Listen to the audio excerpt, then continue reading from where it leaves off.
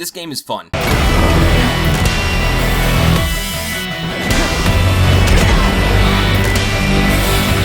mean, it's not like amazingly fun, but it's fun. Ish. I mean, fun can be had, is what I'm trying to say. And I'd like to draw particular attention to that thought, as for the next 2.5 minutes, it will function as a custom-tailored tarp with a Beenox-shaped target on it, designed specifically to weather the coming shit hurricane. And I need to apologize in advance, because I'm gonna say fuck, like, way more than I normally do. So, you know. Viewer discretion advised.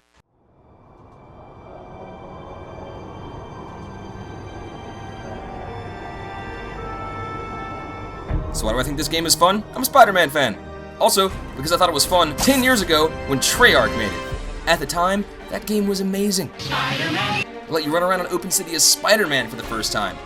It introduced spectacular Spider-Man cases of nerd priapism in true believers the world over. But it was flawed, deeply, in ways that not even a liberal helping of Bruce Campbell could repair. Groovy. No, Ash, not that groovy. Well, not anymore, anyway, but it was a great place to start. 10 years later, however, the wonky camera angles, stiff character movements punctuated with comic book poses, tedious, verging on maddeningly repetitious side missions. Oh my god, there's a bomb! Run! Someone planted a bomb! Many of which are the same fucking side missions from Spider-Man 2, and unforgivable glitches no longer hold the charm of an explanation as simple as growing pains. Especially when one considers for a moment the potential of a Batman Arkham quality Spider-Man game. But hey, at least we have another fucking cell phone minigame because, hot damn, we've never seen that in a AAA title before. Okay, quick side note to every AAA game maker on the planet. Just seriously, stop it. You think because everybody has their cell phone strapped to their hand 12 hours a day that we finally pry that fucker from the claw of tech-induced rigor that used to be our hand and replace it with a game controller that we're like chomping at the bit for a digital version of that experience? Of course, who wouldn't want that? Let's just take a step back. There's a chance I could completely snap and be found hanging upside down on my ceiling, humming the Spider-Man theme, and be taken away for, like, reconditioning or something. I'm not normally one to nitpick. I don't even use the term nitpick, or tell obvious jokes like it's not nitpicking at all, when the thing that's having the nits picked from it is so completely covered in the little fuckers that anemia is about to set in. But I just did all those things, so let's pick some nits. Not that I think the patient is going to recover. Call an ambulance! In an attempt to emulate the bouncy, frenetic energy that worked to such effect for James Garfield in the last two Spider-Man movies, Beenox left us with this sort of awkward, twitchy version of Spidey in all the cutscenes. That looks less like he's brimming with post-adolescent energy and poised to strike at any moment than, perhaps, doing the pee-pee dance. Or he's overdue at the methadone clinic and the fucking spiders are back! This fucking newscast that you'll hear every 5 fucking minutes that cannot be skipped because it's also a load screen. And you're gonna have to see it because, like a good little AAA lapdog, Beenox felt the need to throw a misguided version of a morality system into a Spider-Man game with a plot that doesn't involve any of the web-slinger's more morally ambiguous moments because that's just what we do now, apparently.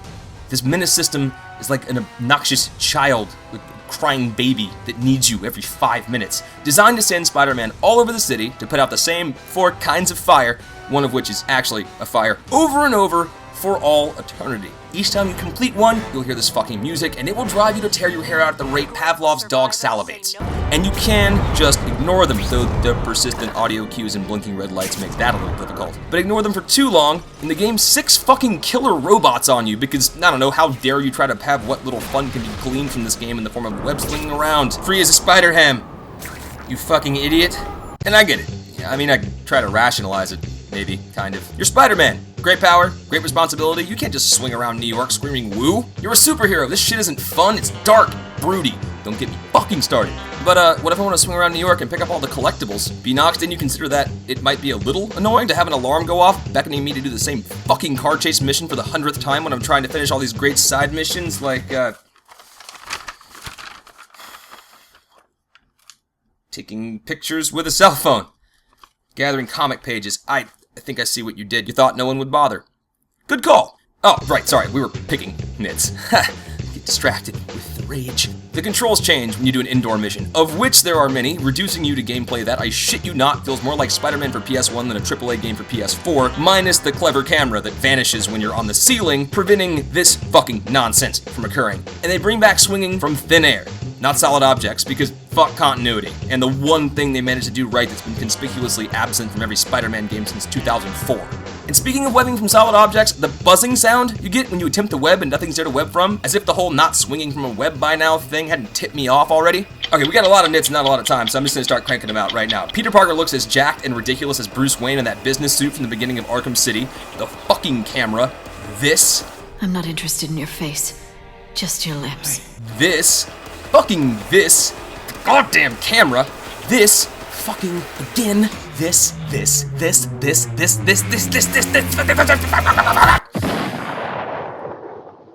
I'm calm. I'm fine. No, fuck that, I'm not done yet. Let's talk combat. If you're gonna rip off another video game, go for it. I mean, what is art without a liberal dose of borrowed stealing? Going to rip off the best superhero game ever made? Even better. And Batman has it coming anyway. Since when does he have a spider sense? They stole it from Spidey.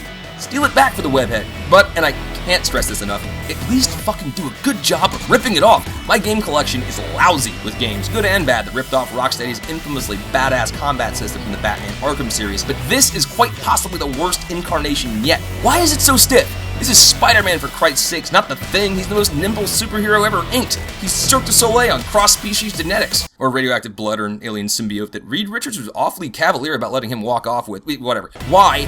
Again.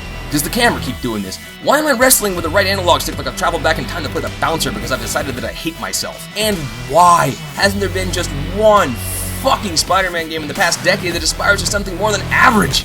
Oh fuck. Look at the time. 2-minute review. Right, better wrap this up. So, rent it. Just rent it. Or buy it when the inevitable The Amazing Spider-Man 3 gets crapped onto every hope and dream we ever attached to one of the greatest superheroes ever. Amazing Spider-Man 2 should be like $3.99 at that point, so.